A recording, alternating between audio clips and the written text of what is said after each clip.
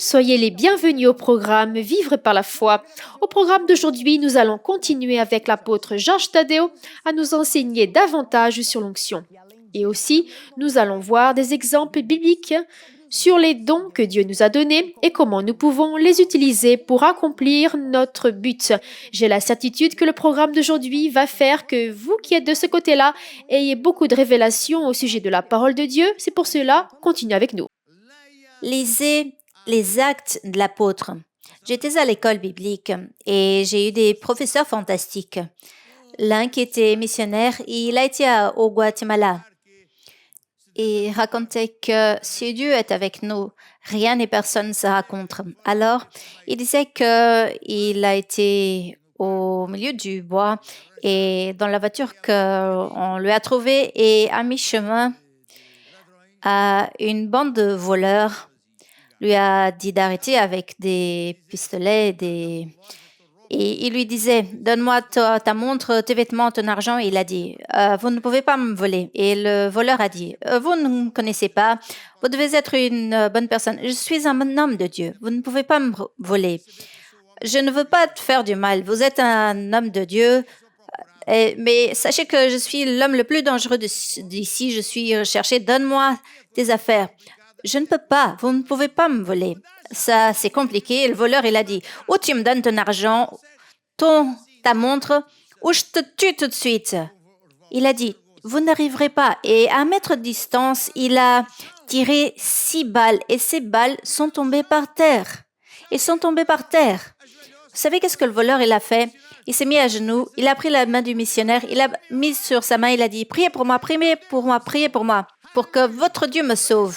Alléluia. J'ai dit Alléluia. Vous voyez? Vous voulez plus d'histoire? Encore une. Un jour, un collègue de l'Église, un frère en Christ, nous évangélisions beaucoup. Alors, un allait d'un côté, un autre de l'autre, et parfois ensemble. Un jour, il a été évangélisé dans les mines du Sud-Afrique et c'était très dangereux. Il a été, je ne sais pas comment ça s'appelle en portugais, là où ils dorment, un grand dormitoire. Et ils font non seulement un lit, ce sont 2, 3, 4 lits, ça doit être une bénédiction. Alors il y avait un tout grand qui opprimait tout le monde et il leur faisait du mal. Et quand il a vu ce prêcheur, Bible dans la main, il a commencé à rire, à se moquer.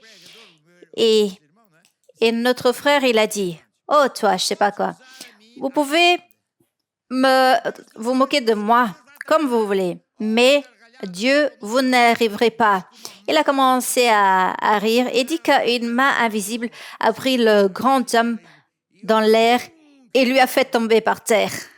Dès qu'il est tombé par terre, et tout le monde a applaudi et on dit « Priez pour moi, ils se sont convertis. »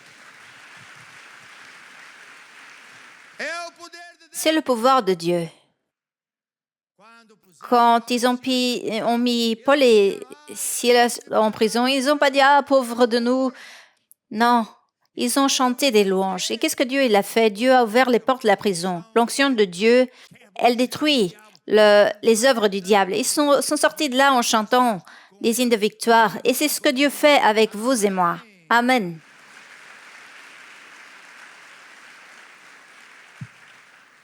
Maintenant, qu'est-ce que quand nous disons l'onction de Dieu? L'onction de Dieu est la manifestation du pouvoir de là-haut.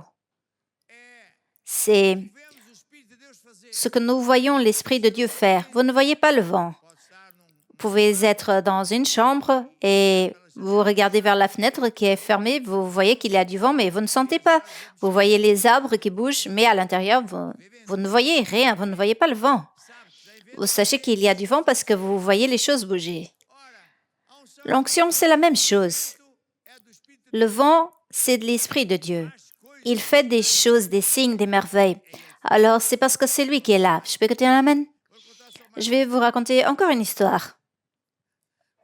Parce qu'après, vous ne voulez plus d'histoires à moi. Moi, j'étais à l'école biblique. J'ai vu tellement d'histoires que j'ai dit, je suis fatiguée des histoires des autres. Maintenant, je veux mes propres histoires. Je veux que tu en amènes. Avant, j'allais au cinéma pour voir les histoires de James Bond. Il marchait en amour. Quand on le poursuivait, il sortait toujours vainqueur. Mais maintenant, j'ai dit, je veux mes histoires. Tendez vos bras vers moi et dites, moi aussi, je veux et j'aurai mes histoires. Alléluia.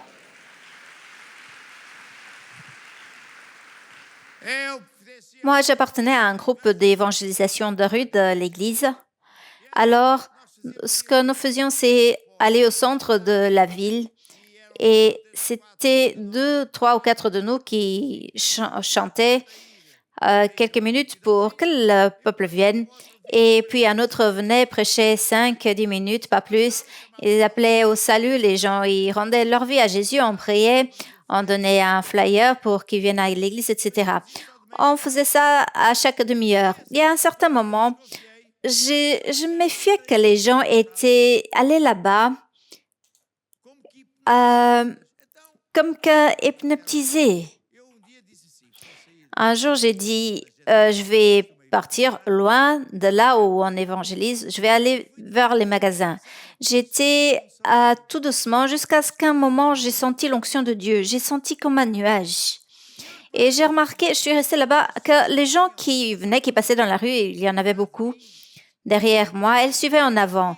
Celle qui passait devant moi et rentrait dans le nuage, tout d'un coup, elle regardait et elle allait devant. C'est qui faisait ça? C'est le Saint-Esprit qui attire les gens à un lieu où on prêche la parole. Je pourrais vous raconter plein d'histoires qui arrivent dans les groupes de famille, dans les églises. Un homme d'affaires, une grande affaire. Il était dans un hôtel près de Sprasse de Spagne et il s'appelle Penta. Ça se trouve là-bas encore, maintenant à Mercoli. Et il m'a raconté qu'il a été devant, il a donné sa vie à Jésus. Il m'a demandé, qu'est-ce qui m'est arrivé? Je ne sais pas.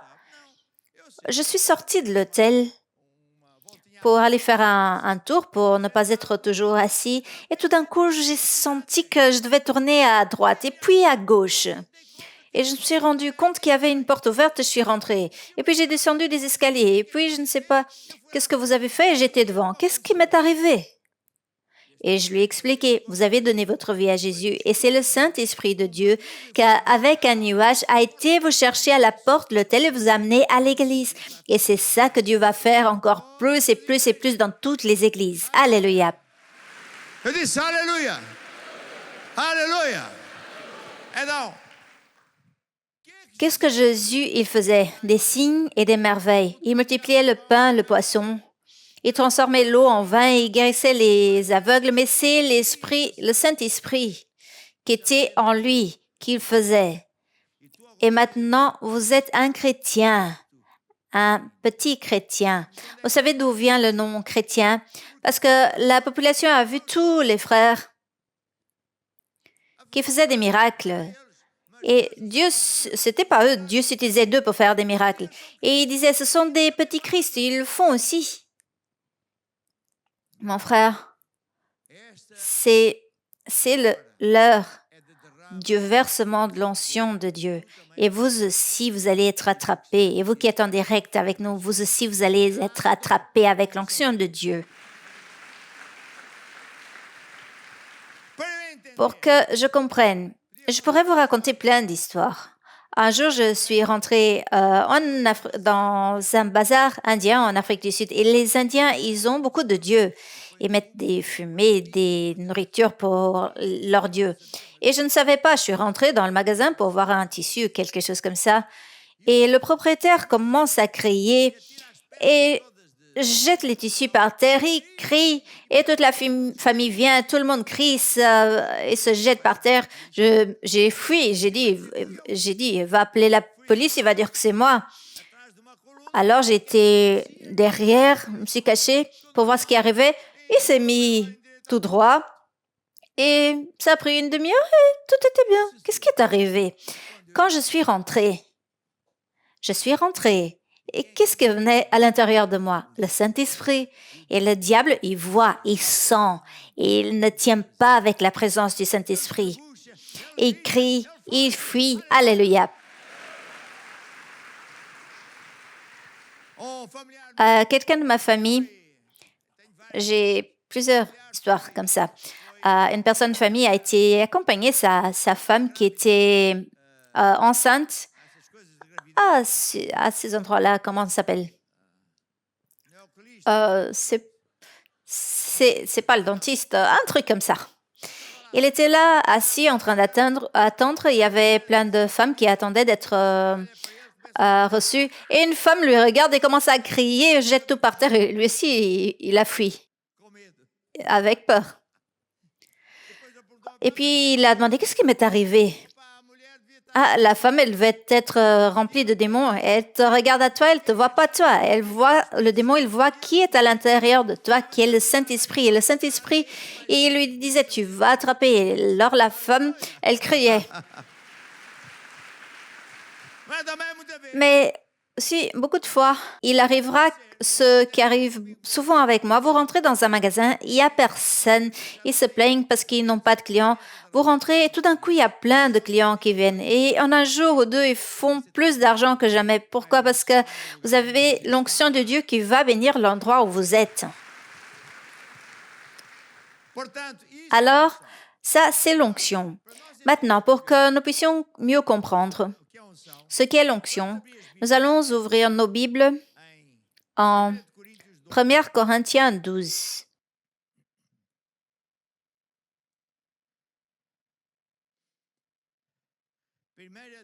1 Corinthiens 12.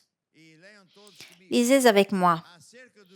Pour ce qui concerne les dons spirituels, un peu plus haut. Pour ceux qui concernent les dons spirituels, je ne veux pas, frères, que vous soyez dans l'ignorance. Quelle merveille de verset. Il y a tellement d'ignorance. C'est pour cela que les églises ne grandissent pas si vite. Qu'est-ce que les dons du Saint-Esprit? C'est la manière dont le Saint-Esprit se manifeste, qu'il opère. Et alors, nous allons apprendre. Et la première chose que nous voyons dans le verset 4, 5 et 6, il est écrit, « Il y a diversité de dons. » Dites avec moi, « Il y a diversité de dons. » Il y a diversité de ministères. Il y a diversité d'opérations. Maintenant, moi. Mais le même Dieu qui opère tout en tous. Et la manifestation de l'Esprit est donnée pour l'utilité commune. Dites avec moi, pour l'utilité commune. Bien. Quand les évangéliques, normalement, ils parlent de l'onction et des dons du Saint-Esprit, ils pensent tout de suite, oh, ça veut dire que ce sont les miracles, l'aveugle qui voit, etc. C'est aussi cela, mais c'est beaucoup plus. Le Saint-Esprit de Dieu se manifeste en s'utilisant des frères, de nous, les prêcheurs, avec l'objectif de résoudre des problèmes pour ce qui est utile. Maintenant, le problème, c'est que Dieu n'arrive pas toujours à faire ça parce qu'il y a toujours quelqu'un de très intelligent qui dit « Ah, moi, je suis le champion, j'ai mis la main et l'individu, il a été guéri. Oh, alléluia, moi, alléluia, gloire à moi, gloire à moi. » Quel idiot! Ça me rappelle l'histoire de la Bible de l'âne. L'âne a amené Jésus. Et peut-être qu'après que ce travail a fini, il a dit à sa femme, Anne, tu ne sais même pas, moi, je suis l'âne qui a amené Jésus. Si ce n'était pas moi, l'âne, où est-ce que Jésus il serait? Vous voyez? Les dons du Saint-Esprit, ce ne sont pas les dons de Joachim, ni du pasteur, ni de l'évêque. Les dons du Saint-Esprit, ce sont ses dons à lui. Il s'utilise de celui qu'il veut, quand il veut, là où il veut, pour faire ce qu'il veut. Ce n'est pas quand vous direz « Oh Dieu, fais ceci ». Dieu ne répond même pas. Il y avait en Afrique du Sud un bon homme, un bon pasteur, mais il a été plein de vanter. Il disait, je vais prier, je vais appeler la presse, la TV, le jour X à X heure, tout le monde va voir les miracles que je vais faire. Alors, ça a été une nouvelle dans toute l'Afrique du Sud. La presse est venue, les journalistes, les photographes, la télévision, pour voir les miracles. Vous savez combien de miracles sont arrivés? Aucun. Pourquoi? Parce que les dons ne sont pas à lui. Il ne commande pas Dieu, il ne commande pas le Saint-Esprit. Ni il pensait, je suis le champion, quelque chose, appelle-moi parce que moi je suis là. Et ça, les frères aussi, être utilisés par Dieu, c'est quoi ça? Et ils ont 3 jours de salut. Mes frères, un jour de salut et Dieu opère à travers lui pour guérir les malades, expulser les démons. Alléluia.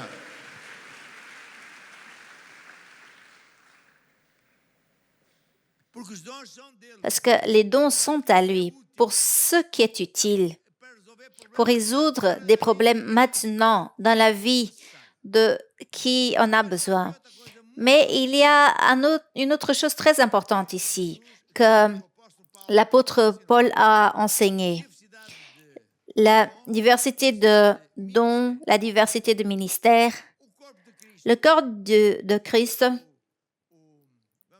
on peut dire comme ça, le christianisme, l'Église, est comparé à un corps. Et ici, c'est comparé à un corps. Et un corps humain a des organes bien définis, à l'estomac, à des poumons, des reins, des ouïes, ainsi de suite. Et quelle est l'erreur commune de beaucoup de bons pasteurs et frères? Nous sommes tous des frères, alors nous devons tous être pareils. Et s'il n'est pas comme moi, il est dans l'erreur parce que c'est moi qui le sais.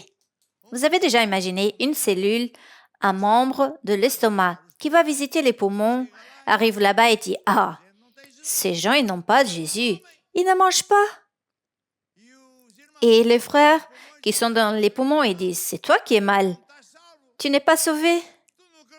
Tu ne respires jamais, tu ne penses qu'à manger. » Pourquoi ils parlent comme ça? Parce qu'ils ne comprennent pas que Dieu, c'est lui qui fait les organes, qu'ils soient différents les uns des autres avec un objectif spécifique. Et Dieu, il rassemble des gens, comme dans notre cas, à qui il donne une vision. Et nous ne pouvons pas mélanger les visions. Nous ne pouvons pas lire le livre de A ou B ou la musique de je ne sais pas qui, parce que c'est un cancer, ça. Une fois, juste pour terminer cette leçon, une fois, un médecin croyant écoutait ça, il a dit comme ça. C'est intéressant. Un cancer, on va dire des poumons, est une cellule des poumons qui décide qu'elle veut être différente. Elle ne veut pas être comme les autres. Elle fait une rébellion, elle invite des autres pour être comme elle, et le cancer s'éparpille. J'ai dit exactement.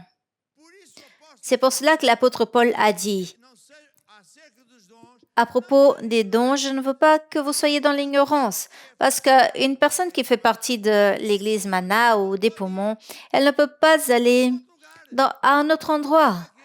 Elle va créer un problème. Qui comprend ça? Pouvez-vous mettre debout? Maintenant, la jambe gauche. Non, la gauche.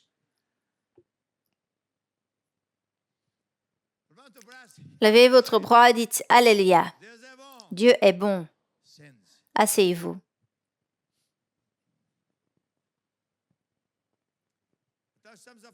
Alors, nous parlons de Corinthiens 12. Je ne veux pas, mes frères, que vous soyez dans l'ignorance. Et puis, il est écrit qu'il y a diversité de dons, de ministères et d'opérations.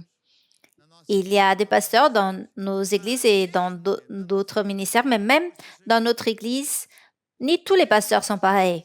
Même nous avons des pasteurs degré 1, 2, 3, 4, et la même chose avec les évêques. Alors, il y a une diversité d'opérations. Et c'est Dieu, l'Esprit de Dieu, qui divise l'onction dans la quantité qu'il veut, sur qui il veut. Ce n'est pas l'école biblique qui fait cela. Nous enseignons des choses comme ça pour que le frère apprenne les choses de Dieu. Mais celui qui est leader, qui fait le restant, c'est Dieu.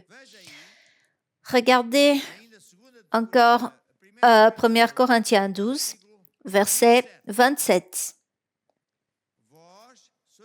Vous êtes le corps de Christ et vous êtes ses membres, chacun pour sa part. Le membre des jambes, du nez, de l'estomac, vous voyez. Et Dieu a établi dans l'Église premièrement, qui ça? Qui ça? Qui met dans l'Église? Il a mis premièrement des apôtres, secondement des prophètes, troisièmement des docteurs, ensuite ceux qui ont le don des miracles, puis ceux qui ont des dons de guérir, de secourir, etc. Alors, c'est lui qui rassemble les gens et leur donne des dons, des talents. Maintenant, il y a aussi une autre chose qui est ce qui est ici. À propos des dons, je ne veux pas que vous soyez dans l'ignorance, dit qu'il y a une diversité de dons. Vous pouvez lire à la maison, maintenant je ne vais pas lire. Il y a 9 dons qui sont écrits, qui sont... Laissez-moi voir dans mes notes. C'est divisé en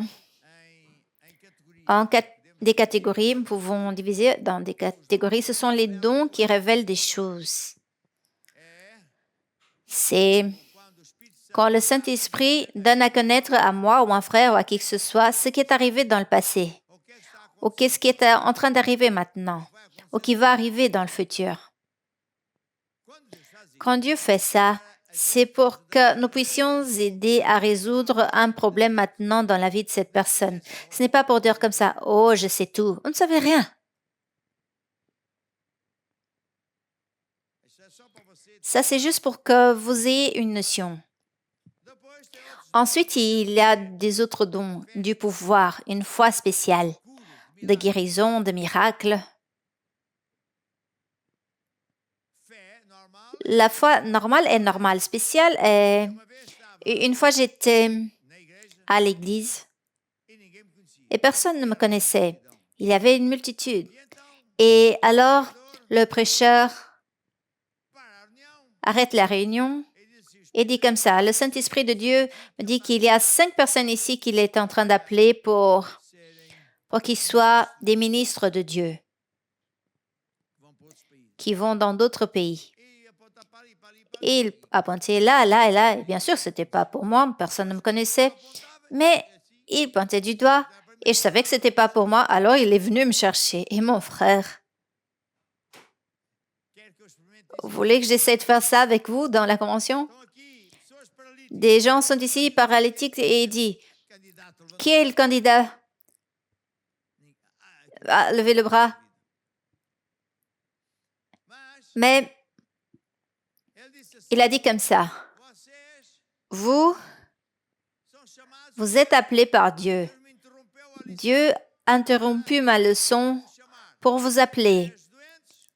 Et les malades, ils sont venus. Moi, j'étais à ma droite. Il y avait la première personne. Et quand la personne m'a dit ce qu'elle avait, un problème très grave dans la colonne, avait été opéré et avec plein de choses, moi, j'étais très affligée. Je disais, « Ah, qu'est-ce que je vais faire? Devant tout le monde, ils vont voir que je ne suis rien. » Mais, comme je dis, un croyant, il reste toujours avec en bonne posture. Alors, quand j'ai été imposé la main, mon frère, la femme est tombée comme que avec un éclair. Et j'ai pensé, j'ai tué la femme. Mais je ne l'ai même pas touchée. J'ai tout de suite vers l'autre personne. C'est qui la prochaine? Mais tout d'un coup, la femme s'est levée, elle a dit, « Je suis guérie, mon frère. L'onction de foi est venue. Qui est encore malade? Tout le monde va être guéri. Alléluia. » L'onction de foi, les dons de foi. Une fois, j'étais à une église de l'Assemblée de Dieu, un bonhomme de Dieu. Et il savait que Dieu s'utilisait de moi. Il m'a invité et je suis arrivée là-bas, j'étais très fatiguée parce que Saint Paul est très difficile. On roule 2 heures et j'ai donné ma leçon et à la fin, je voulais faire une prière simple et qui est malade vient ici, je vais mettre la main. Non, le pasteur il a dit non, ils vont tous venir recevoir leur miracle. Personne ne va sortir d'ici de la même façon. J'ai guéri pour la première personne, il a été guéri instantanément. La fatigue est partie, l'onction de Dieu est venue et plus de 500 personnes ont été guéries instantanément parce qu'elles sont venues avec foi. Et j'ai félicité le pasteur. Pourquoi? Parce qu'il n'a pas eu l'attitude « Ah, moi je suis le champion, je suis le pasteur ». Non, il a reconnu les dons. À propos des dons, ne soyez pas ignorants. Il savait que Dieu s'utilisait de moi pour faire des miracles et il a dit appelez l'homme qui va guérir tout le monde. Plus de 500 personnes ont été guéries instantanément. C'est une œuvre. Alléluia. Mais je ne peux pas aller à l'hôpital et dire « Ah, Kora Shabarada, viens le prochain. Peut-être on va me frapper. » Ce n'est pas comme ça. Alors, ce sont les dons du Saint-Esprit. Maintenant, les dons du Saint-Esprit, écoutez bien, ce n'est jamais pour que vous croyez que vous êtes le champion. Si la personne a cette attitude, le Saint-Esprit de Dieu va fuir de vous. Ce n'est jamais pour que vous vous trouvez supérieur aux autres. Vous n'êtes pas supérieur à personne. Hier, je parlais à nos évêques et nos pasteurs et je disais comme ça, ici au Tujal, nous avons des évêques, des pasteurs, des directeurs de département. Nous avons aussi des personnes, par exemple, des jeunes qui aident ici dans, comment on appelle, dans le jardin. Vous savez que lui, pour Dieu, est si important comme vous et moi. Il n'y a pas de différence. La seule différence est l'hiérarchie, plus rien. Et Dieu lui aime de la même façon dont il m'aime moi. Et c'est une personne qui est dans l'hiérarchie, traite mal cette personne. Oubliez que Dieu ne va pas s'utiliser de vous. Parce que les dons sont pour aider les gens. Et moi, je veux vous enseigner ce que j'ai commencé à enseigner hier. Si, par exemple, vous pouvez faire comme ça. Quand vous allez au restaurant, donnez toujours un pourboire, mais ne donnez pas une pièce. Si je vous vois faire ça, je vais vous frapper. Après, je vais demander pardon à Dieu. Aujourd'hui, normalement, je donne 50%. Oh quoi? C'est une semence que je vais récolter de retour, bonne mesure, secouée. Et Dieu s'utilise de moi comme un bénisseur. Je ne vais pas dire, écoute le billet, Dieu il t'aime. Non, tais-toi et fais le bien, car c'est Dieu qui voit. Alléluia. Mettez ça en pratique. Soyez un bénisseur. Regardez les gens, les jeunes garçons, jeunes femmes qui servent dans les cafés, dans les magasins. Regardez leur nom et dites « Ah, vous êtes X personne. » Vous allez voir comment cette personne, elle va briller. Ah, elle ne me connaît pas mon nom. Normalement, les gens, ils sont comme ça. Ah, da. Mettez ça en pratique, ce que je suis en train de dire. Habituez-vous à regarder vers les autres comme des êtres humains avec la valeur, une valeur incalculable pour Dieu. Il n'y a pas de l'or qui paye la vie de cette personne. Ayez l'habitude de leur regarder, même si elles sont mal habillées, si elles sont mauvaises, ce sont des êtres très spéciaux que Dieu a créés. Et Dieu vous appelle pour aider ces personnes, pour qu'elles sortent de ce trou où elles montent, viennent en avant.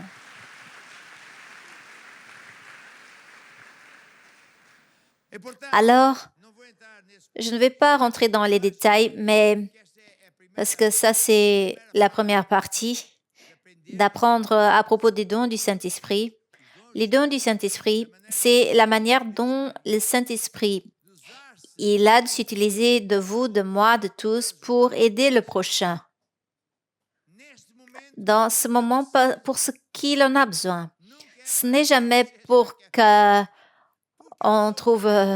parce que la personne, elle est utilisée par Dieu pour faire des signes et des merveilles. Elle n'est pas plus que personne. Parce que ce ne sont pas ses dons à lui. Ce sont les dons du Saint-Esprit.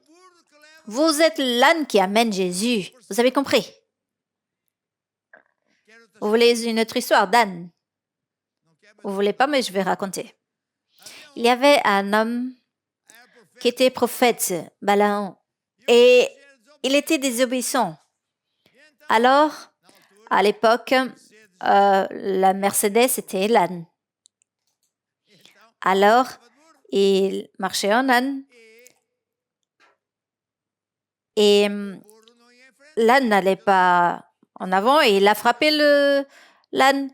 Il n'allait pas et il a frappé. Pourquoi il ne marche pas? C'est moi qui commande. Alors l'âne, il se retourne vers lui, il ouvre la bouche et il parle.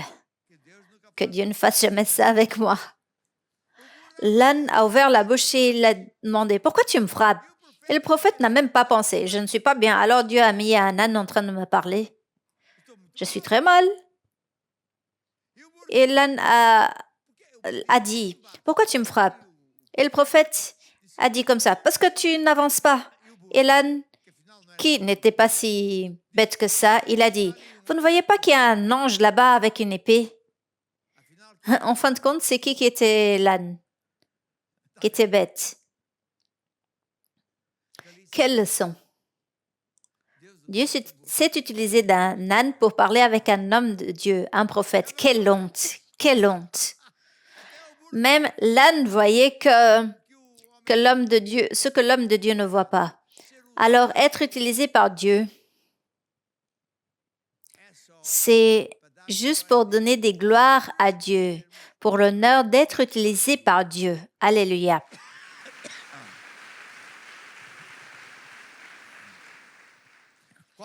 Quand je me suis convertie, je ne savais pas gagner des gens pour Jésus.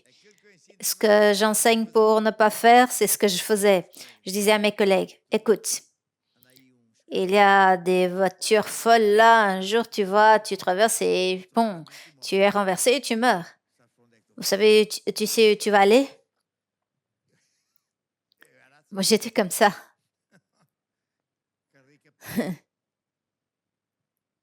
Alors, j'étais très abattue, je ne savais pas ce que je sais aujourd'hui et j'ai dit, oh Dieu, je suis très triste, je n'arrive à gagner personne pour Jésus. Je parle à ma famille, ils rient de moi, mes collègues, ils rient de moi. Et Dieu, un jour, il a dit comme ça, mon fils, j'étais déjà assistant à l'église, il a dit, mon fils, à chaque fois que tu vois des gens le dimanche, quand ils vont à l'autel de Dieu pour donner leur vie à Jésus, tu sais qui reçoit un prix, c'est le pasteur, la personne qui a amené la personne qui a évangélisé, et toi et tous les autres frères, pour que vous tous, vous êtes une équipe. Wow! Je suis même mis comme ça. Ah, en fin de compte, nous parlons de Cristiano Ronaldo. Maintenant, il est tout calme et on sait qu'il est bon. Il a déjà plus de 70 ans et il joue encore. Il joue bien. Mais nous allons supposer qu'il joue, je ne sais pas en quelle équipe et qui va marquer des buts. Et c'est qui gagne? Ce n'est pas lui. C'est l'équipe. C'est l'équipe qui gagne le jeu. C'est vrai ou pas? Et la force de l'équipe est très grande. Un team uni par amour est une force géante. Quand dans un groupe de famille, les frères sont unis, ils ont la communion les uns avec les autres, ils vont se promener ensemble, manger ensemble. Mais mon frère, l'onction de Dieu vient, elle amène les gens dans le groupe de famille. Il y a l'onction qui vient, il y a un nuage qui va chercher des gens pour le groupe de famille. Et vous n'avez qu'à donner Jésus, lui enseigner à rester ferme à l'église. Alléluia. Mais s'il n'y a pas de l'union, l'esprit n'opère pas. En Éphésiens, il est écrit que Dieu a appelé quelques-uns pour des apôtres pour enseigner les frères, jusqu'à ce qu'on arrive à l'unité de la foi et qu'on ne soit pas trompé, qu'on soit unis. C'est comme les doigts. Ils ont plein de doigts qui sont unis avec des ligaments. S'il n'y avait pas de ligaments, vous ferez comme ça et chaque os irait dans un endroit. Ensemble, en amour. Vous savez que ce qui colle une personne à l'Église, à Jésus, ce ne sont pas les miracles, ce ne sont pas les chansons, ce n'est pas le son, c'est l'amour que la personne elle sent, que c'est l'Esprit de Dieu qui agit dans sa vie et il sent l'amour des frères et de Dieu. Alléluia, alléluia. Il sent qu'il a de la valeur. À l'extérieur, on lui traite mal, on l'appelle des noms, mais dans la maison de Dieu, il sent « Wow ». Il me regarde avec du respect. Je suis rien, mais il trouve que je suis important. Et Dieu a mis dans mon cœur que je suis important. Et la personne, elle ne peut plus se séparer de l'amour de Dieu. Alors, l'Esprit de Dieu est la pièce fondamentale pour nous, Église Mana, pour qu'on puisse grandir plus vite, être plus grand. Et comment on va grandir? C'est en mettant les frères en train de servir Dieu, en train de travailler, en train d'être remplis de l'Esprit.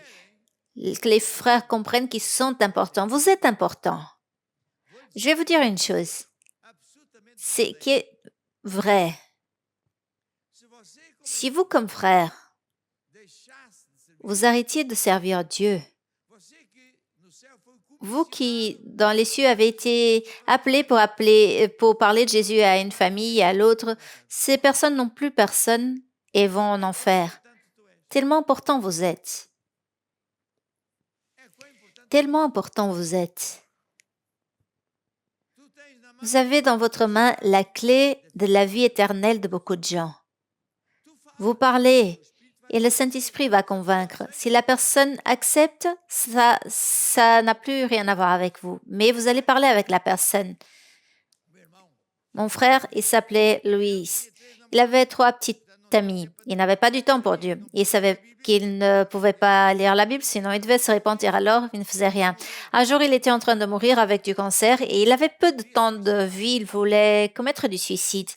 Et quand il voulait se suicider avec du gaz ou quelque chose comme ça, le Saint-Esprit lui a fait rappeler la parole. Et à la télé apparut un homme qui dit « Tu ne vas pas te tuer, tu vas donner ta vie à Jésus ». Cette parole que j'avais parlé, je ne sais pas il y a combien de temps, 2, 3, 4 ans, elle est sortie et mon frère s'est sauvé. Alléluia. Et c'est comme ça que nous pouvons dire, l'Esprit a collaboré avec moi en faisant des signes et des merveilles, en faisant apparaître un prêcheur à la télé. Il va faire la même chose avec vous et nous tous au nom de Jésus-Christ. Je peux écouter un amen? Maintenant, en disant ça, je veux finir en disant le suivant. Samedi, je vais continuer ces leçons, mais cette fois-ci, je vais enseigner comment vous pouvez vous préparer, vous entraîner pour écouter le Saint-Esprit de Dieu. Quand vous commencerez à comprendre comment Dieu il parle, vous allez dire « Mais j'ai déjà vu ça arriver dans ma vie. » C'est-à-dire, Dieu m'a déjà parlé, mais je ne savais pas que c'était lui. Et vous, en sachant que quand ceci ou cela arrive, c'est le Saint-Esprit qui est là devant vous, et vous allez écouter, vous allez faire ce qu'il dit, et tout va changer pour le meilleur comme jamais. Alléluia. Alors, samedi, on va continuer avec cette leçon. Mettez-vous debout, mes frères. Nous avons déjà levé la jambe gauche, la jambe droite et les deux. Et les deux. Amen.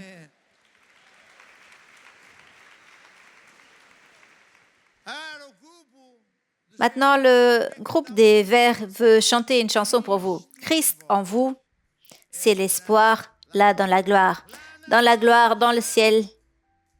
Les frères arrivent là-bas, ils apprennent ceci. Ils regardent ici en bas, ils disent « Ah, ce serait tellement bien si les frères comprendraient ce secret. » Mais nous avons déjà compris. Tendez votre bras et dites « Nous avons déjà compris. » Alléluia. Cristo em vós, a esperança da glória.